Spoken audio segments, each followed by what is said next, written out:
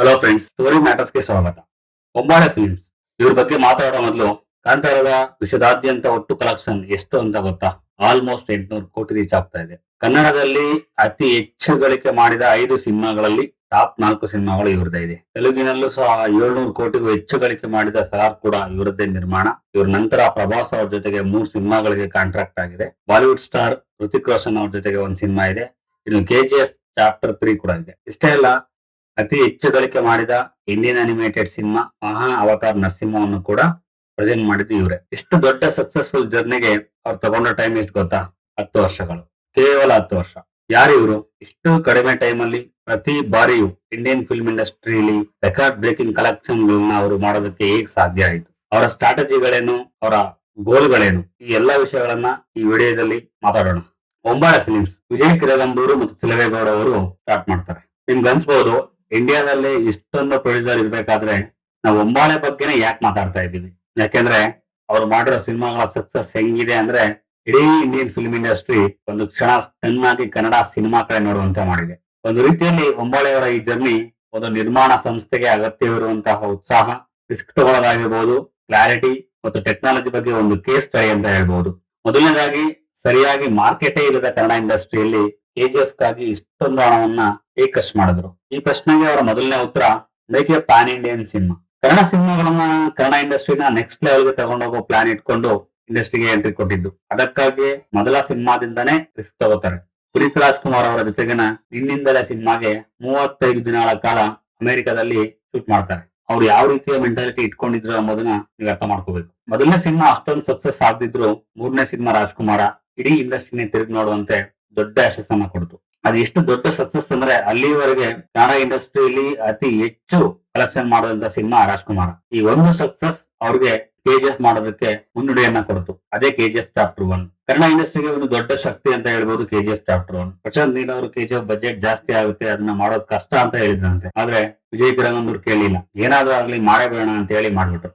Rajkumar highest grossing collection Kannada cinema ಅಂತ ನಾನು ಮೊದಲೇ ಹೇಳಿದ್ದೆ. ಆದ್ರೆ KGF ಪ್ರೊಡ್ಯೂಸ್ ಮಾಡಕ್ ಬೇಕಾಗಿರೋ ಬಜೆಟ್ ರಾಜ್ಕುಮಾರ್ ಕಲೆಕ್ಷನ್ ಗಿಂತನೂ ಜಾಸ್ತಿ, ಅಂದ್ರೆ 80 ಕೋಟಿ. ಅಲ್ಲಿವರೆಗೂ ಕನ್ನಡದಲ್ಲಿ ಅಷ್ಟೊಂದು ಬಜೆಟ್ ಹಾಕಿ ಯಾರು ಸಿನಿಮಾನು ಮಾಡಿರ್ಲಿಲ್ಲ, ಅಷ್ಟೊಂದು ಕಲೆಕ್ಷನ್ ಬಂದಿರ್ಲಿಲ್ಲ. ಅದರಿಂದ KGF ಅನ್ನು ಮಾಡೋದು ದೊಡ್ಡ ರಿಸ್ಕಿ ಅಂತ ಗೊತ್ತಿದ್ರು ಬೊಂಬಾಳೆ ಅವರು ಮಾತ್ರ ಹಿಂದೆ ಸರಿಲೇ ಇಲ್ಲ. ಸಿನಿಮಾ ಆಯ್ತು, ಬೊಂಬಾಳೆ ಫಿಲ್ಮ್ಸ್ ಮತ್ತು ಪ್ರಶಾಂತ್ ನೀಲ್ ಅವರು ಸೇರಿ ಇಡೀ ಇಂಡಿಯನ್ ಆಡಿಯನ್ಸ್ ನ ಕನ್ನಡ ಸಿನಿಮಾದ ಕಡೆ ತಿರುಗುವಂತೆ ಮಾಡಿಬಿಟ್ರು. ಇಂತಹ ಒಂದು ದೊಡ್ಡ ರಿಸ್ಕ್ ತಗೋಬೇಕಾದ್ರೆ ಅವ್ರ ನಂಬಿಕೆ ಇದ್ದಿದ್ದು ಏನು ಗೊತ್ತಾ? Content plus scale plus emotion is equal to universal appeal. ಇದೇ ಅವರ ಸಕ್ಸಸ್ ನ ಸ್ಟ್ರಾಟಜಿ. ಇದೇ ಸ್ಟ್ರಾಟಜಿನೇ ಅವರು ಇನ್ನೂ ಫಾಲೋ ಮಾಡ್ತಿರೋದು. KGF ಚಾಪ್ಟರ್ 1 ಕನ್ನಡದ ಜೊತೆಗೆ ತೆಲುಗು, ತಮಿಳು, ಮಲಯಾಳಂ ಮತ್ತು ಹಿಂದಿಯಲ್ಲಿ ರಿಲೀಸ್ ಆಯಿತು. ಆ dialogues, back ground music, elevations ಗೆ ಜನ ಥಿಯೇಟರ್ ಅಲ್ಲಿ ರೊಚ್ಚಿಗೆ ಹೇಳುವಾಗ ಮಾಡ್ತು. ಕೊನೆಗೆ ಸಿನಿಮಾದ ಟೋಟಲ್ ಕಲೆಕ್ಷನ್ ಸುಮಾರು 250 ಕೋಟಿ ಆಯ್ತು. ಸೊ ಅವರ ಕನ್ನಡ ಪ್ಯಾನ್ ಇಂಡಿಯನ್ ಸಿನಿಮಾ ಮಾಡುವಂತ ತಮ್ಮ ಮೊದಲನೇ ಗುರಿಯನ್ನ ರೀಚ್ ಆದ್ರು. ಇನ್ನು KGF ಶೂಟಿಂಗ್ ಟೈಮ್ ಅಲ್ಲಿ ಬೊಂಬಾಳೆ ಅವರ ಪ್ರೊಡಕ್ಷನ್ ವ್ಯಾಲ್ಯೂಸ್ ಬಗ್ಗೆ ಮಾತಾಡ್ಲೇಬೇಕು. ಅವರು KGF ಸಿನಿಮಾನ ಕನ್ನಡ ಮೂವಿ ಅಂತ ಅನ್ಕೊಳ್ಳೇ ಇಲ್ಲ. ಶೂಟಿಂಗ್ ಇಂದ ರಿಲೀಸ್ ವರೆಗೂ ಪ್ಯಾನ್ ಇಂಡಿಯಾ ಮೆಂಟಾಲಿಟಿ ಇಟ್ಕೊಂಡೇ ಮಾಡಿದ್ದು. ಪ್ರತಿಯೊಬ್ಬ ಆಡಿಯನ್ಸ್ ಕೂಡ ತುಂಬಾ ಇಂಪಾರ್ಟೆಂಟ್. ಬೊಂಬಾಳೆ ಫಿಲ್ಮ್ಸ್ ಅವರು ಈ ವಿಷಯದಲ್ಲಿ ಯಾವತ್ತೂ ಕಾಂಪ್ರಮೈಸ್ ಆಗ್ಲಿಲ್ಲ. ಅದ ನಂತರ KGF 2 ಬಂದಿದ್ದು. ಅದಕ್ಕೆ ಆಲ್ರೆಡಿ ಸಾಕಷ್ಟು ಪ್ರಚಾರ ಇತ್ತು. ಆ ಸಿನಿಮಾ ಸುಮಾರು 1200 ಕೋಟಿಗೂ ಹೆಚ್ಚು ಕಲೆಕ್ಷನ್ ಮಾಡ್ತು. ಈ ಕಲೆಕ್ಷನ್ ಅನ್ನು ನೋಡಿ ಇಡೀ ಇಂಡಿಯಾನೇ ಶಾಕ್ ಆಗೋಯ್ತು. ಯಾಕೆಂದ್ರೆ ಆ ಟೈಮ್ ಅಲ್ಲಿ 1000 ಕೋಟಿ ದಾಟದಷ್ಟು ಸುಲಭ ಇರಲಿಲ್ಲ. ಅಲ್ಲಿವರೆಗೆ ದಂಗಲ್ ಮತ್ತೆ ಬಾಹುಬಲಿ 2 ಮಾತ್ರ 1000 ಕೋಟಿಯಿಂದ ರೀಚ್ ಆಗಿದ್ವು. ಅವುಗಳಲ್ಲಿ ದಂಗಲ್ ಸಿನಿಮಾ 3 ತಿಂಗಳ ನಂತರ ಚೈನಾದಲ್ಲಿ ಬಿಡುಗಡೆಯಾಗಿ ನಂತರ ಅಲ್ಲಿ 1000 ಕೋಟಿಯನ್ನ ಮುಟ್ಟಿದ್ದು. ಅದರಿಂದ 1000 ಕೋಟಿ ಗಡಿಯನ್ನ ದಾಟುವುದು ಬಹಳ ಅಪರೂಪದ ಸಾಧನೆ. ಒಂದು ಕನ್ನಡ ಚಿತ್ರ ಆ ಗಡಿಯನ್ನ ದಾಟುವುದು ಅವರಿಗೆ ದೊಡ್ಡ ಸಾಧನೆ ಅಂತಾನೆ ಹೇಳ್ಬೋದು. ಬೊಂಬಾಳೆ ಈ KGF ಸಿನಿಮಾ ಮಾಡಿ ಈ ಒಂದು ವಿಷಯವನ್ನ ಪ್ರೂವ್ ಮಾಡಿದ್ರು. ಬೇರೆ ಪ್ರೊಡಕ್ಷನ್ ಹೌಸ್ಗಳು ಏನ್ ಮಾಡ್ತವೆ ಅಂದ್ರೆ, ಒಂದೆರಡು ಬ್ಲಾಕ್ ಬಾಸ್ಟರ್ಗಳು ಆಗ್ಬಿಟ್ರೆ ಅದೇ ಫಾರ್ಮುಲಾನ ಎಲ್ಲ ಸಿನಿಮಾಗಳಿಗೆ ಅಪ್ಲೈ ಮಾಡ್ತಾರೆ. ಆದ್ರೆ ಬೊಂಬಾಳೆ ಆಗಿ ಮಾಡ್ಲಿಲ್ಲ. ಯಾಕಂದ್ರೆ ಅವ್ರಿಗೆ ಕ್ಲಾರಿಟಿ ಇತ್ತು, ರಿಪೀಟ್ ಮಾಡೋದೆಲ್ಲ ರೀಇನ್ವೆಂಟ್ ಮಾಡ್ಬೇಕು ಅಂತ. ಅವಾಗ ಬಂದಿದ್ದೆ ಕಾಂತಾರ ಬಂದಿದ್ದು ಹೇಗೆ? ಬೊಂಬಾಳೆ ಬಗ್ಗೆ ಅಪ್ರಿಶಿಯೇಟ್ ಮಾಡೋ ಇನ್ನೊಂದು ವಿಷಯ ಏನಂದ್ರೆ, ಸೂಪರ್ ಫಾಸ್ಟ್ ಎಕ್ಸಿಕ್ಯೂಷನ್. ಯಾವುದೇ ಪ್ರೊಡ್ಯೂಸರ್ಗೆ ಯಾವ ಸಿನಿಮಾಗೆ ಯೂನಿವರ್ಸಲ್ ಅಪೀಲ್ ಇದೆಯೋ, ಯಾವ ಸಿನಿಮಾನ ಒರಿಜಿನಲ್ ಗೆ ಲಿಮಿಟ್ ಮಾಡಬೇಕು, ಅದ್ರ ಬಗ್ಗೆ ಕ್ಲಾರಿಟಿ ಇರಬೇಕು. ಕ್ಲಾರಿಟಿ ಲೇಟ್ ಆಗಿ ಬಂದ್ರು ಎಕ್ಸಿಕ್ಯೂಷನ್ ಮಾತ್ರ ಸ್ಪೀಡ್ ಆಗಿರ್ಬೇಕು. ಕಾಂತಾರ ಅದನ್ನೇ ಮಾಡಿದ್ದು. ಸ್ಟಾರ್ಟಿಂಗ್ ಅಲ್ಲಿ ಕನ್ನಡಕ್ಕೆ ಮಾತ್ರ ಅನ್ಕೊಂಡು ಮಾಡಿದ್ದು. ಯಾವಾಗ ಪ್ರೀಮಿಯರ್ ಶೋ ರೆಸ್ಪಾನ್ಸ್ ರೇಂಜ್ ನೋಡಿ ಇಮಿಡಿಯೇಟ್ಲಿ ಇದನ್ನ ಪ್ಯಾನ್ ಇಂಡಿಯಾ ಮಾಡಬೇಕು ಅಂತ ಹೇಳಿ ಡಿಸೈಡ್ ಮಾಡಿ 2 ವಾರದಲ್ಲಿ ಎಲ್ಲ ಲ್ಯಾಂಗ್ವೇಜ್ ಡಬ್ಬಿಂಗ್ ಮುಗಿಸಿ ಬಿಸ್ನೆಸ್ ಗೆ ಬೇಕಾಗಿರೋ ಎಲ್ಲ ಪ್ಲಾನ್ ಮಾಡ್ಕೊಂಡು ರಿಲೀಸ್ ಮಾಡೇ ಬಿಟ್ರು. KGF 1 ಮತ್ತೆ 2 ಸಿನಿಮಾಗಳಲ್ಲಿ ಅವ್ರಿಗೆ ಆಲ್ರೆಡಿ ಇದ್ದ ಕಾಂಟ್ಯಾಕ್ಟ್ ಕಾಂತಾರಾಗೆ ಹೆಲ್ಪ್ ಆಯ್ತು. ಕೇವಲ 16 ಕೋಟಿ ರೂಪಾಯಿಗಳಲ್ಲಿ ನಿರ್ಮಾಣ ಆದ ಆದಂತಹ ಕಾಂತಾರ ಸಿನಿಮಾ 400 ಕೋಟಿ ರೂಪಾಯಿಗಳನ್ನ ಕಲೆಕ್ಷನ್ ಮಾಡಿ ಬ್ಲಾಕ್ ಬಸ್ಟರ್ ಆಗೋಯ್ತು. ಅದರಿಂದ ಎಕ್ಸಿಕ್ಯೂಷನ್ ಸೂಪರ್ ಫಾಸ್ಟ್ ಆಗಿದ್ರೆ ರಿಸಲ್ಟ್ ಹಂಗೆ ಇರುತ್ತೆ. ಸೊ ಅಂಬೋಳೆ ಅವರು ಕಾಂತಾರ ಮಾಡಿ ಇನ್ನೊಂದು ಪಾಯಿಂಟ್ ನ ಪ್ರೂವ್ ಮಾಡಿದ್ರು. ಅದೇ local stories can go globally ಅಂತ. ಇಲ್ಲಿಯವರೆಗೆ ಕನ್ನಡದವ್ರನ್ನ ಬಿಟ್ಟು ಯಾರಿಗೂ ಈ ಭೂತಕೋಲ ಪಂಜುರ್ಲಿ ಬಗ್ಗೆ ಗೊತ್ತಿರಲಿಲ್ಲ.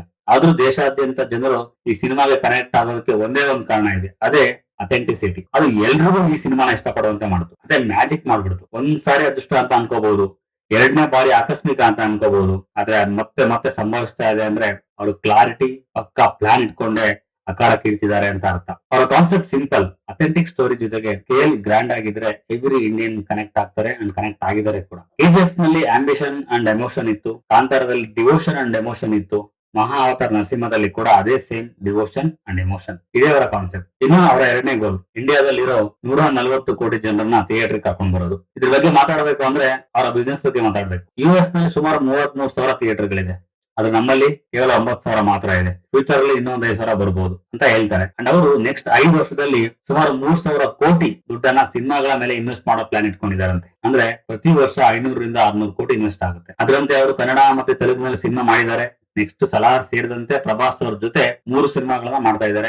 ಬಾಲಿವುಡ್ ನಲ್ಲಿ ಋತಿಕ್ ರೋಷನ್ ಜೊತೆ ಒಂದು ಸಿನಿಮಾ ಇದೆ. ಮಲಯಾಳಂ ನಲ್ಲಿ ಪೃಥ್ವಿರಾಜ್ ಸುಕುಮಾರನ್ ಜೊತೆ ಟೈಸನ್ ಎಂಬ ಬಾಕ್ಸಿಂಗ್ ಸಿನಿಮಾ ಇದೆ. ಇದು ರಕ್ಷಿತ್ ಶೆಟ್ಟಿ ಜೊತೆ the most anticipated film Richard Anthony ಕೂಡ ಇದೆ. ಮತ್ತೆ mythological movie Maha Avatar Narasimha series ಗಳು ಇದ್ದೇ ಇದೆ. ಹೀಗೆ ನಿಧಾನವಾಗಿ ಎಲ್ಲಾ ಇಂಡಸ್ಟ್ರಿಗಳನ್ನ ಕವರ್ ಮಾಡ್ಕೊಂಡು ಬರ್ತಾ ಇದ್ದಾರೆ. ಸೊ ಸೆಕೆಂಡ್ ಗೋಲ್ ರೀಚ್ ಆಗ್ತಾರೋ ಇಲ್ಲೋ ಗೊತ್ತಿಲ್ಲ, ಆದ್ರೆ ಪ್ಲಾನ್ ಅಂತೂ ಪಕ್ಕಾ ಇದೆ. ಇವ್ರದ್ದು ಒಂದ್ ಸ್ವಲ್ಪ ವರ್ಷ ಸಿನಿಮಾಗಳು ಮಾಡಿ ದುಡ್ಡು ಮಾಡ್ಕೊಂಡು ಹೋಗೋ ತರ ಕಾಣಿಸ್ತಾ ಇಲ್ಲ. ಇದು pure and long term plan. ನೀವು ಮಹಾ ಅವತಾರ್ ಸಿನಿಮ್ಯಾಟಿಕ್ ಯೂನಿವರ್ಸ್ ನ ಮೂವಿ ಸೀರೀಸ್ ಡೇಟ್ ನೋಡಿದ್ರೆ ಗೊತ್ತಾಗುತ್ತೆ. ಈ ಯೂನಿವರ್ಸ್ ನಿಂದ ಟೋಟಲ್ 7 ಸಿನಿಮಾಗಳಿದಾವೆ. ಅದರಲ್ಲಿ ಲಾಸ್ಟ್ ಸಿನಿಮಾ ರಿಲೀಸ್ ಪ್ಲಾನ್ ಇಟ್ಕೊಂಡಿರೋದು 2037ರಲ್ಲಿ. ಅಂದ್ರೆ 12 ವರ್ಷ ಆದ್ಮೇಲೆ ರಿಲೀಸ್ ಆಗೋ ಮೂವಿಗೆ ಇವಾಗ್ಲೇನೆ ಪ್ಲಾನ್ ರೆಡಿ ಆಗಿದೆ. ಮತ್ತೆ ಈ ಅನಿಮೇಷನ್ ವಿಎಫ್ಎಕ್ಸ್ ಬಗ್ಗೆ ಹೇಳೋದಾದ್ರೆ ಅಂಬಾಳೆ ಅವರು ಕೇವಲ ಫಿಲ್ಮ್ಸ್ ಮಾತ್ರ ಅಲ್ಲ, ದೇ ಆರ್ ಬಿಲ್ಡಿಂಗ್ ಸಿಸ್ಟಮ್ಸ್. ಅವರು ಪರ್ಪೆಚುಯಲ್ ಕ್ಯಾಪಿಟಲ್ ಅವರ ಜೊತೆ ಕೊಲಾಬರೇಟ್ ಆಗಿ VFX and AI animated related ಕಂಪನಿಯಾದ ಆಸ್ಟ್ರಾ ಸ್ಟುಡಿಯೋಸ್ ಅನ್ನ ಸ್ಟಾರ್ಟ್ ಮಾಡಿದ್ದಾರೆ. ಇದು ಅವರಿಗೆ ವಿಎಫ್ಎಕ್ಸ್ ಮತ್ತು ಅನಿಮೇಟೆಡ್ ರಿಲೇಟೆಡ್ ಮೂವೀಸ್ ಗಳ ಪ್ಲಾನ್ ಮೇಲೆ ಒಂದು ಕಂಟ್ರೋಲ್ ಸಿಗೋವಾಗ ಮಾಡೋದು. ಇದೇ ನೋಡಿ ಅವರ plan. Why Hombale click so fastly? ಇದು ಎಲ್ಲದಕ್ಕಿಂತ ಹೆಚ್ಚು ಇಂಟ್ರೆಸ್ಟಿಂಗ್ ಕ್ವಶನ್. ಕೇವಲ 10 ವರ್ಷಗಳಲ್ಲಿ ಅವರು ಇಂಡಿಯಾದ ಟಾಪ್ ಪ್ರೊಡಕ್ಷನ್ ಹೌಸ್ ಆಗಿದ್ದು ಹೇಗೆ? ಯಾಕೆಂದ್ರೆ ಮೊದಲನೇ ದಿನದಿಂದಲೇ ಅವರಿಗೆ ಕ್ಲಾರಿಟಿ ಇತ್ತು, ಕಂಟೆಂಟ್ ಮೇಲೆ ನಂಬಿಕೆ ಇತ್ತು. ಮ್ಯಾಜಿಕ್ ಮಾಡಬೇಕು ಅಂದ್ರೆ ಏನ್ ಬೇಕು, ಎಷ್ಟ್ ಬೇಕು ಮತ್ತು ಯಾವುದಕ್ಕೂ ಭಯ ಇಲ್ಲದೆ ಬೆಸ್ಟ್ ಪ್ರಾಡಕ್ಟ್ ನ ಡೆಲಿವರಿ ಮಾಡೋದು. ಕಾಂತಾರ ಅವರ ಇತ್ತೀಚಿನ ಅತ್ಯುತ್ತಮ ಉದಾಹರಣೆ. ಆ ಬಿಗ್ ಸ್ಕ್ರೀನ್ ಮೇಲೆ ವಿಜುವಲ್ಸ್ ಅಂಡ್ ಸೆಟ್ ಅಂತೂ ಮಾತಾಡಂಗಿಲ್ಲ. ಕಾಂತಾರದಲ್ಲಿ ಎಲ್ಲರೂ ಮಾತಾಡ್ಕೊಳ್ಳೋ ಆ ವಾರ್ ಸೀಕ್ವೆನ್ಸ್ ಇದೆಯಲ್ಲ, ಆ ಸೀಕ್ವೆನ್ಸ್ ಗೆ ಅಂಬಾಳೆ ಅವರು ಸುಮಾರು 25 ಎಕರೆಗಳಲ್ಲಿ ಸೆಟ್ ಹಾಕಿ ಶೂಟ್ ಮಾಡಿದಾರಂತೆ. ಒಂದೇ ಒಂದು ಸೀನ್ಗೆ ಸುಮಾರು 500 ಪ್ರೊಫೆಷನಲ್ ಫೈಟರ್ಸ್ ಮತ್ತು 3,000ಕ್ಕೂ ಹೆಚ್ಚು ಆರ್ಟಿಸ್ಟ್ ಗಳನ್ನ ಇಟ್ಕೊಂಡು ಸುಮಾರು 50 ದಿನಗಳ ಕಾಲ ಶೂಟ್ ಮಾಡಿದ್ದಾರೆ. ಈ ಕಲ್ಚರ್ಲಿ ರೂಟೆಡ್ ಕಥೆಗಳನ್ನ ಹೆಚ್ಚಿನ ಪ್ರೇಕ್ಷಕರನ್ನ ತಲುಪುವುದು ತಮ್ಮ ಗುರಿ ಅಂತ ನಿರ್ಮಾಪಕರು ಹೇಳ್ತಾರೆ. ಆದ್ರಿಂದ ಎಷ್ಟೇ ಅಥೆಂಟಿಕೇಟೆಡ್ ರೂಟ್ಸ್ ಇರೋ ಸ್ಟೋರಿ ಪಿಕ್ ಮಾಡ್ಕೊಂಡ್ರು ವಿಜುವಲ್ ಸ್ಟ್ಯಾಂಡರ್ಡ್ಸ್ ಜೊತೆ ಎಂದೂ ಕಾಂಪ್ರಮೈಸ್ ಆಗಲ್ಲ. ಪ್ರಭಾಸ್ ಅವರು ಅಂಬಾಳೆ ಅವ್ರ ಜೊತೆಗೆ 3 ಸಿನಿಮಾಗಳಿಗೆ ಸೈನ್ ಮಾಡೋದಕ್ಕೆ ಇದೇ ಕಾರಣ. ವಿಜಯ್ ಸರ್ ಯಾವಾಗ್ಲೂ ಹೇಳ್ತಾ ಇರ್ತಾರಂತೆ, ನನ್ನ ಸಿನಿಮಾಗಳಿಗೆ ಕ್ವಾಲಿಟಿ ಈಸ್ ಮೋಸ್ಟ್ ಇಂಪಾರ್ಟೆಂಟ್ ಅಂತ.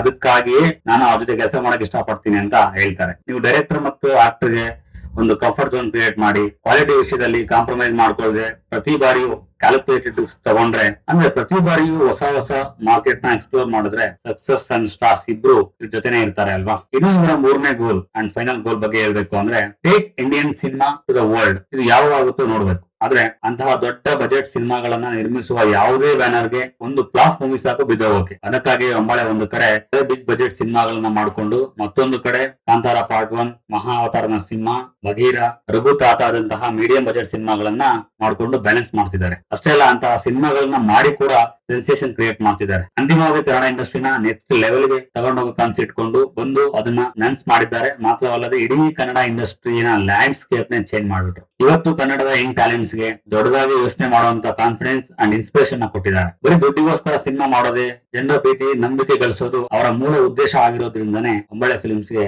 ಇಷ್ಟು ಕಡಿಮೆ ಸಮಯದಲ್ಲಿ ಅಷ್ಟು ದೊಡ್ಡ ಪ್ರೊಡಕ್ಷನ್ ಹೌಸ್ ಆಗೋದಕ್ಕೆ ಕಾರಣ ಅಂತ ಹೇಳ್ಬಹುದು. ಈ ವಿಡಿಯೋ ನಿಮ್ಗೆ ಇಷ್ಟ ಆಗಿದ್ರೆ ದಯವಿಟ್ಟು ಲೈಕ್ ಮಾಡಿ, ಶೇರ್ ಮಾಡಿ ಮತ್ತು ಸಬ್ಸ್ಕ್ರೈಬ್ ಮಾಡಿ. Thank you.